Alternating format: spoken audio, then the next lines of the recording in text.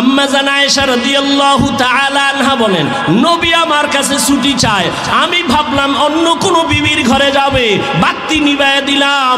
এরপরে আমি ঘুমের বাহানা দইরা শুইলাম। তাকাইয়া দেখি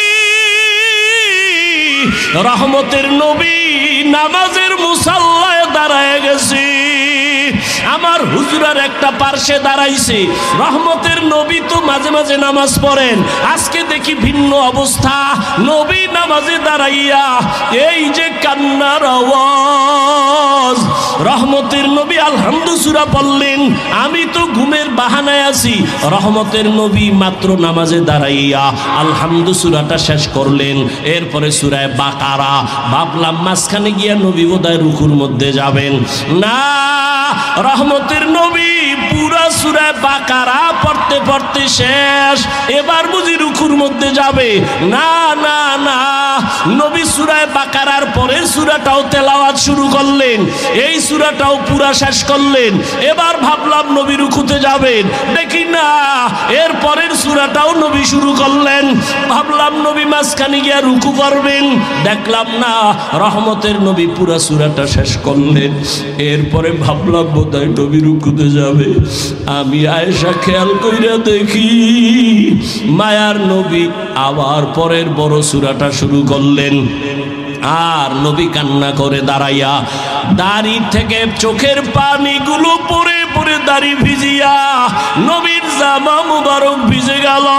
রুকুরও খবর নাই। মায়ার নবী দীর্ঘ রাত এক রাকাতে দাঁড়ানো। এই পরিমাণ আমি আয়েশা কোনদিন নবীরে দেখি না এত কষ্টে দাঁড়াইয়া। নবীর পা মুবারক ফুলিয়া যাইতেছে, এমন এক অবস্থা। দীর্ঘ সময় অতিবাহিত হওয়ার পরে মায়ার নবী এবার রুকুর মধ্যে গেলেন। রুকুর থেকে নবী আর উঠে না, উঠে না, উঠে না। মায়ার নবীর কান্নার আওয়াজ। মায়ার নবী শুধু কান্না আর কান্না আর কান্না। দীর্ঘ টাইম রুকুর মধ্যে চলে যাওয়ার পরে রহমতের নবী রুকুর থেকে অনেক সময় অতিবাহিত করার পরে নবী রুকুর থেকে সোজা হইলেন। মায়ার নবী রুকুর থেকে সোজা হইয়া দাঁড়াইয়া এরপরে আবার কান্না। দীর্ঘ টাইম আবার দাঁড়াইলেন। এরপরে রহমতের নবী সেজদার দিকে রওনা দিলেন। রহমতের নবী মাত্র প্রথম রাকাতের প্রথম সিজদা, সিজদায় গিয়া আবার কান্নার আওয়াজ। এই পরিমাণ কান্না, নবী আর মাথা উঁচু করেন না। প্রথম রাকাতের প্রথম সিজদা, এমন কান্না কান্না। আমি আয়েশা জীবনে নবীর এমন হালাত দেখি নাই। মনে হয় জানো নবী বেহুশ, নবী বোধহয় বেহুশ হয়ে যাবে। প্রথম রাকাতের সেজদা, এখনো দ্বিতীয় সেজদা নবী দেন নাই।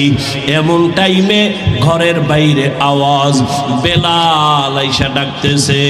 ডাক দিয়া কয়, ইয়া রাসূলুল্লাহ, ফজরের সময় অনেক নিকটবর্তী হয়ে গেল। নবী তাড়াতাড়ি আপনি প্রস্তুতি হন, ফজরের সময় চলে আসছে। রহমতের নবী এইবার রেডি হয়ে যান। আম্মা জান আয়েশা রাদিয়াল্লাহু আনহা বলেন, বেলাল আইসা ফজরের অক্ত অল্প বাকি আছে, এখনো নবী প্রথম রাকাতে প্রথম সিজদায় পড়ে কাঁদতেছেন। এদিকে ফজরের সময় ঘনিয়ে গেল। এরে নবীর উম্মতের দল, মায়ার নবী এই পরিমাণ কান্না কাঁদলেন। আম্মা জান আয়েশা রাদিয়াল্লাহু তাআলা আনহা বলেন, আমার নবীরে এই রকম কান্না করতে আর আমি কখনো দেখি নাই।